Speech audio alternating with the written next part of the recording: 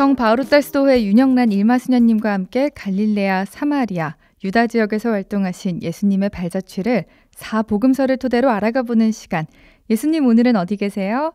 윤영란 일마수녀님과 함께합니다. 수녀님 안녕하세요. 참미 예수님 안녕하세요. 예수님, 반갑습니다. 네, 수녀님의 이야기를 함께 듣기 위해서 우리 자매님들도 이 시간 함께합니다. 수녀님 지난 시간에 저희가 베들레헴으로 가기로 했어요. 베들레헴 하면은 예수님께서 태어나신 곳이고 그래서일까요? 겨울이 연상되고 크리스마스도 떠오르면서 지금 이 더위가 조금은 시원해지는 것 같기도 하네요. 그래요. 베들레헴은 예수 그리스도께서 탄생하신 곳으로 잘 알려지고 있습니다. 베들레헴은 히브리어로 빵의 집, 빵의 신전이라고 합니다.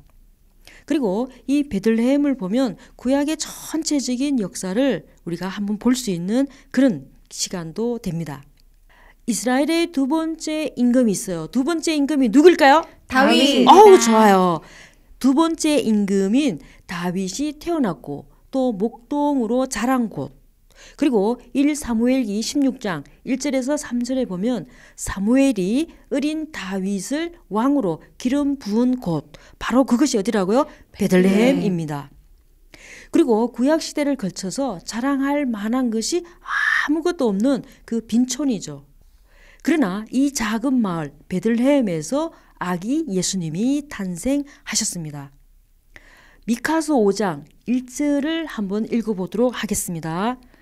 너 에프라타의 베들레헴아, 너는 유다 부족들 가운데서 보잘것 없지만 나를 위하여 이스라엘을 다스리리가 너에게서 나오리라. 그렇죠.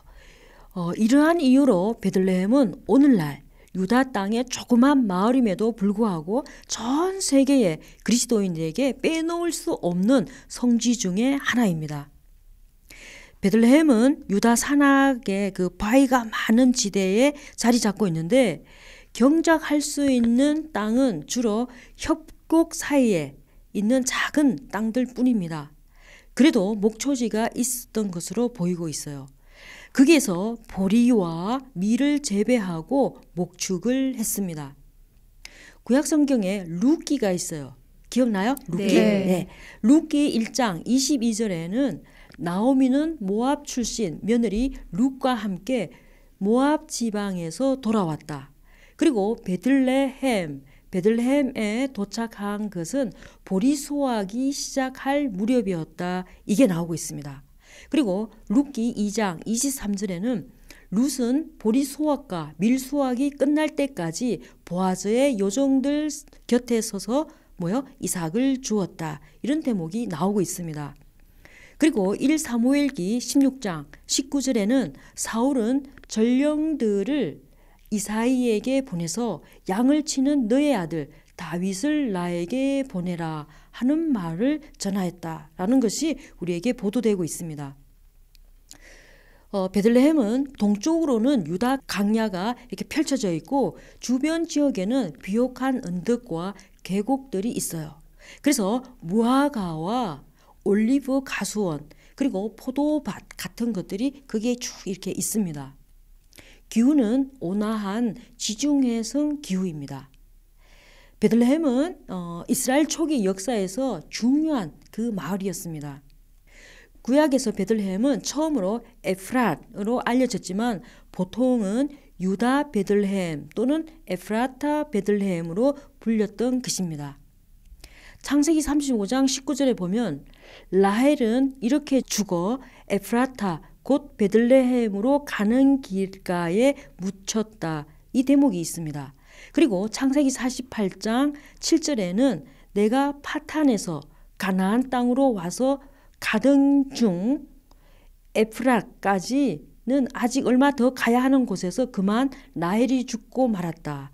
그래서 나는 에프랏 곧 베들레헴으로 가는 길 옆에 그를 묻었다. 이렇게 하면서 여기서 에프라타 있죠, 그렇죠? 기억나죠? 네. 그리고 에프랏 요거를 이제 두 가지 지명을 하는데 이게 바로 뭔가 하면 베들레헴을 얘기하는 곳이다. 이걸 우리가 알고 있으면 되겠습니다. 그리고 이곳은 판간 시대의 사제로서 미카에게 봉사했던 한 레위의 고향이기도 합니다. 그리고 베들레헴은 또 다윗 임금 초기에 필리스티아 군이 주둔해 있던 곳이기도 하죠.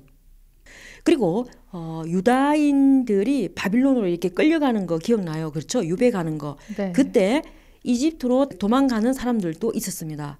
그래서 이 유다인들이 바빌론의 그 압제를 피해서 이집트로 달아날 때 지나갔던 곳이 바로 어디였다? 베들레헴이었다. 이렇게 얘기하고 있습니다. 그래서 예레미야 41장 17절에 보면 그들은 다 같이 이집트를 향해 걷다가 베들레헴 근처에 쉬었다. 이런 대목이 나오고 있습니다. 이 밖에도 바빌론 유배에서 이제 돌아옵니다. 바빌론 유배에서 돌아온 사람들 가운데 베들레헴 사람들이 언급되고 있습니다. 에스라 2장 21절에 보면 베들레헴의 자손이 230명이다. 이런 기록도 되어 있습니다. 구약에서 베들레헴이 가장 중요한 의미를 지닌 이유는 특히 다윗과 관련을 맺고 있기 때문입니다. 구약 성경에서는 이곳을 메시아와 연관시키고 있다는 것을 알 수 있죠. 보아즈를 한번 생각해 볼 수 있습니다. 보아즈는 구약의 인물이에요. 그렇죠? 보아즈와 룻의 이야기를 주로 기록한 그 룻기의 무대는 어디인가 하면 바로 베들레헴입니다. 그들은 다윗의 조상들로서 예수 그리스도의 족보에도 이름이 올라와 있습니다. 마태복음 1장 5절에서 6절에 보면 우리가 잘 알 수 있습니다. 거기에는 살몬은 라합에게서 보아즈를 낳고 보아즈는 룻에게서 오벳을 낳았다. 오벳은 이사이를 낳고 이사이는 다윗 임금을 낳았다 라고 하면서 그 족보를 우리에게 알려주고 있습니다. 다윗은 조상들의 고향인 베들레헴에서 태어나서 목자로 일하다가 사무엘에게 이스라엘의 임금으로 기름 부음을 받았습니다. 미카 예언자는 베들레헴이 메시아의 탄생지가 될 거라고 예고를 했습니다. 이 예언은 다윗을 잇는 임금 중의 임금, 목자 같은 임금이 다윗 조상 대대로 고향에서 나오리라는 중대한 사실을 내포되어 있습니다. 신약 시대에 와서 베들레헴은 구약에서 약속된 메시아의 탄생이 이곳에서 이루어졌다라는 것을 미리 알려주고 있는 것 중에 하나입니다. 요한복음 7장 42절에 보면 성경의 메시아는 다윗의 후손 가운데서 그리고 다윗이 살았던 베들레헴에서 나온다고 하지 않았는가 하는 대화를 우리가 알 수 있습니다. 복음서 저자들은 예수님께서 베들레헴에서 탄생하셨다고 기록하고 있습니다. 특히 마테오는 이 사실을 미카 예언자의 예언이 실현된 것으로 해석하면서 예수님께서 메시아이시라는 데 아주 큰 초점을 두고 있습니다. 루카복음서는 베들레헴을 다윗의 고을이라고 일컬고 있죠. 그리고 마테오 복음서는 예수님을 다윗의 후손이시며 아브라함의 후손이라고 소개하면서 복음서 첫 구절부터 매우 분명하게 이야기해주고 있습니다. 당대의 유다인들은 다윗의 후손 가운데에서 메시아가 나올 거라고 다윗의 후손 가운데 메시아가 나올 것이라고 기대했는데 예수님이 바로 그 메시아이심을 강조하고 있는 것입니다. 또한 하나님께서 하란에서 아브라함을 불러서 가나안 땅으로 보내면서 모든 민족이 그를 통해 복을 받을 것이라고 말씀하셨습니다. 예수님은 그런 축복을 받는 아브라함의 후손입니다. 또한 하나님께서 다윗에게 영원한 왕조를 약속하셨는데 예수님은 다윗 후손으로서 하늘나라의 영원한 임금님이십니다. 따라서 예수님은 세상 모든 민족에게 하나님의 축복, 곧 구원을 선물하기 위해 오신 메시아, 임금이십니다. 마테오 복음서의 예수님의 족보는 단순히 그의 혈통을 알려주는 것뿐만 아니라 이스라엘의 전체의 역사를 궤괄하는 역할을 하고 있습니다. 마테오는 예수님의 탄생 이야기를 소개하기 전에 아브라함에서 시작해서 다윗의 후손인 예수님께 이르는 구원의 역사를 족보의 형태로 제시하고 있습니다. 이는 구약의 모든 것이 예수님을 집중하고 있음을, 곧 하느님이 섭리하신 이스라엘의 구원 역사는 예수님을 향해 달려왔고 그분을 통해 완성되었음을 보여주기 위한 것입니다. 성경에 나오는 족보들에는 통상적으로 아버지의 이름이 이렇게 많이 나오고 있습니다. 그런데 예수님의 족보에는 5차례나 아버지와 어머니의 이름이 나옵니다.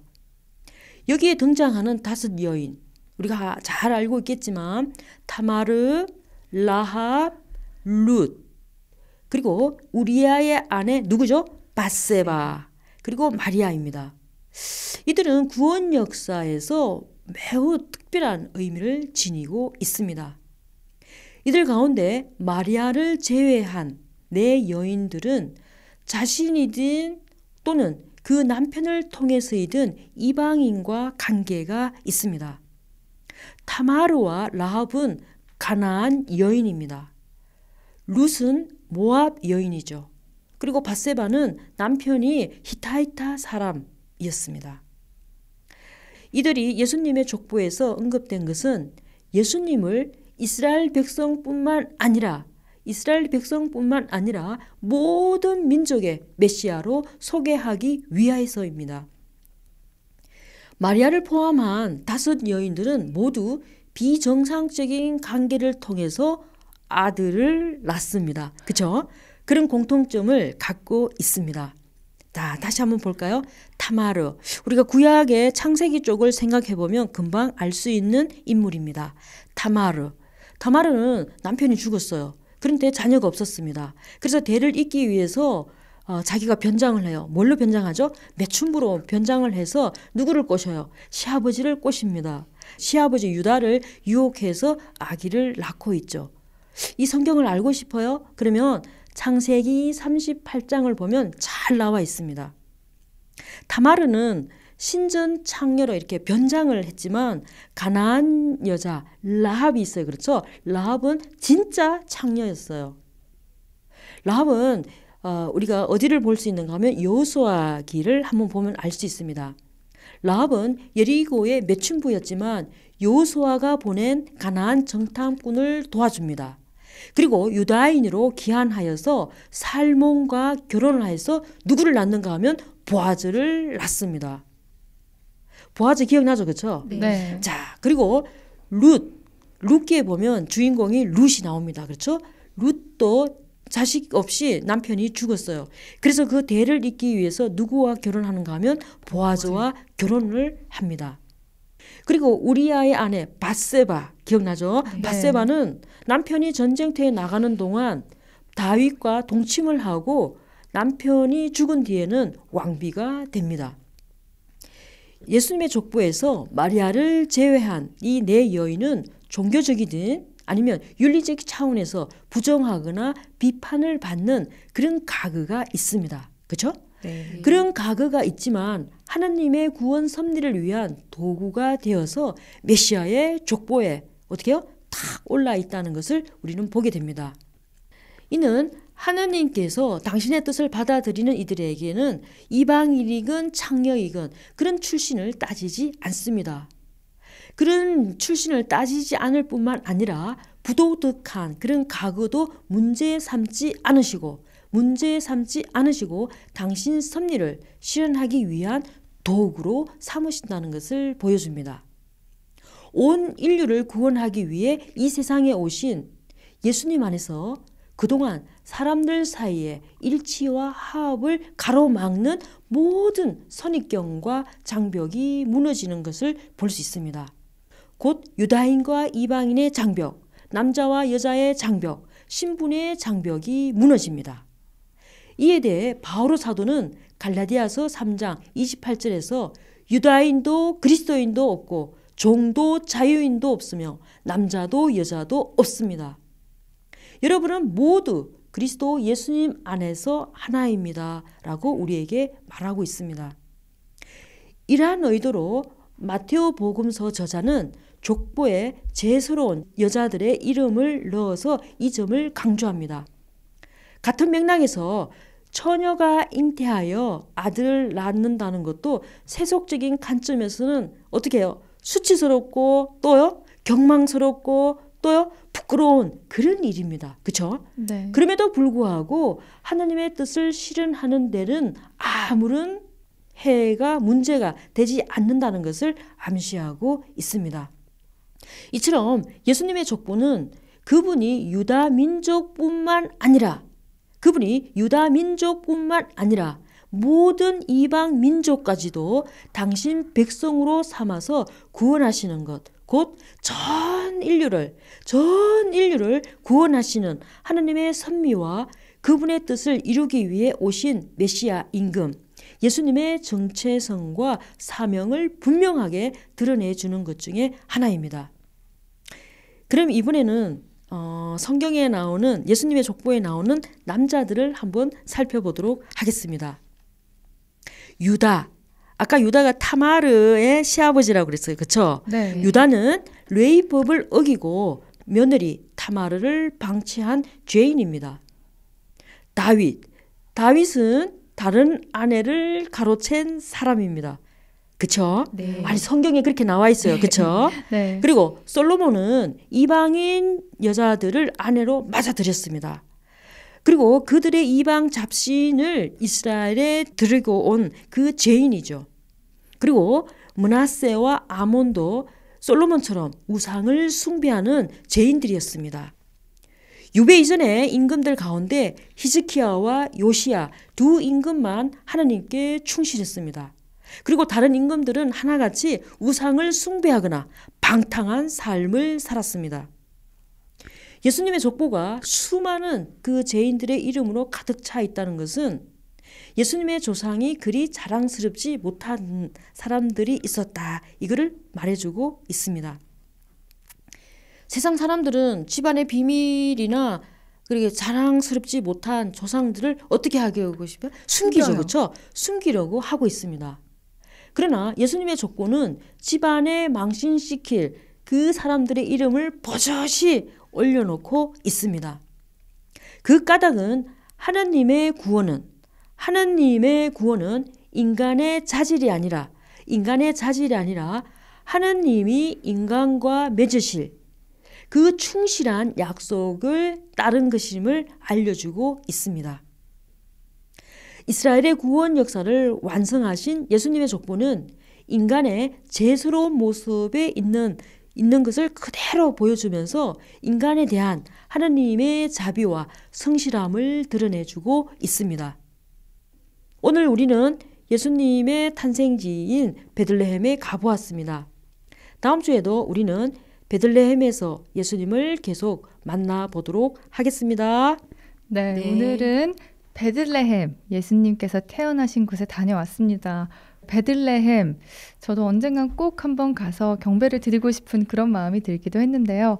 수녀님, 다음 시간에도 베들레헴에서 예수님 만나볼 텐데 숙제 내주실까요? 네, 다음 주를 기다리면서 마테오복음 2장 1절에서 18절, 루카복음 2장 1절에서 20절을 꼭 읽어주세요. 네, 다음 주를 기다리면서 마테오복음 2장 1절에서부터 18절, 루카복음 2장 1절에서부터 20절까지 읽어보면서 그 시간 기다리겠습니다. 수녀님, 오늘 말씀 고맙습니다. 자매님들도 다음 시간에 만날게요. 다음 주에 뵙겠습니다.